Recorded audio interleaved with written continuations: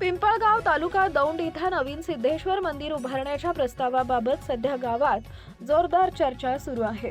देशभरात आणि आपल्या महाराष्ट्रात एकाच देवतेची दोन मंदिरं जुने व नवे असल्याची अनेक उदाहरणे आहेत। महाराष्ट्रातील प्रसिद्ध खंडोबा देवस्थान, जेजुरी इथं डोंगरावरील जुने मंदिर आणि पायथ्याशी नवे मंदिर आहे।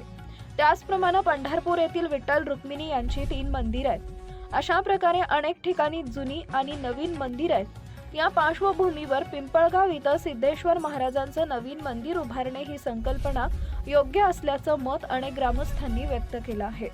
आत्ताच्या सिद्धेश्वर मंदिरात ग्रामस्थ एक वीटही बसवू शकत नाहीत। स्वतःच्या मनानं देवाची पूजा अर्चा करू शकत नाही। प्रत्येक वेळी कायद्याचा धाक दाखवला जातो।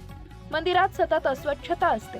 याबाबत कित्येक वर्षापासून वाद सुरू आहे। या वादात गावाचे लाखो रुपये कोर्ट केसमध्ये जात आहेत आणि हा वाद अजून किती पिढ्या चालेल काही सांगता येत नाही। यामुळे वादात वेळ आणि पैसे खर्च करण्यापेक्षा जेजुरीच्या खंडोबाच्या किंवा पंढरपूरच्या पांडुरंग मंदिराप्रमाणे गावाचं स्वतंत्र भव्य दिव्य मंदिर उभे करावे अशी मागणी ग्रामस्थ करत आहेत। या विषयावर लवकरच ग्रामस्थांची बैठक घेऊन सर्वांच्या सहमतीनं पुढील निर्णय घेतला जाणार असल्याची माहिती समोर येतेय।